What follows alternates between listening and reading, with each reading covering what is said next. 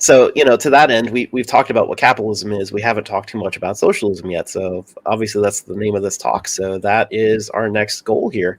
Now that we have some basis on what capitalism is, we can talk about what socialism is in comparison to that.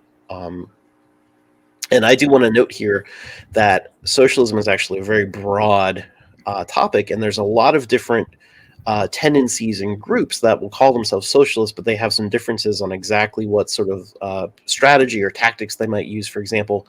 And so this, the rest of this talk is not the proper forum to do a detailed analysis on that and to say, this one is better than this one or something like that. That's not the goal here. It's just to give some kind of history and background to the socialist movement through history up to now, so that we can kind of understand where we're coming from and what we're facing today, so that it can help inform what we need to do to organize for the future.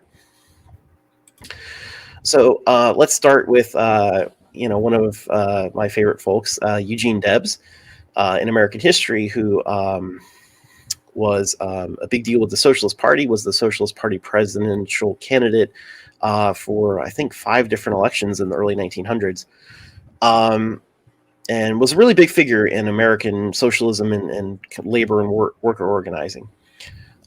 He said that socialism is a theory of society in which the workers are to own the social means of production, and in which the workers will use them not to produce multimillionaires, I guess today we would say billionaires, but to fill the land with wealth so that poverty such as we now understand it may be abolished.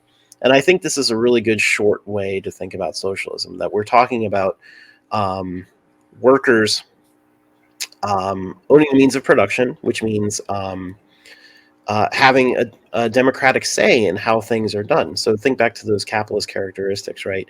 We want workers to not be exploited, but to instead work together to produce things for human needs, and specifically to abolish poverty, right? To make sure that everyone has their human needs met for the food and water and shelter and medicine, all we were talking about, that is not being handled under capitalism.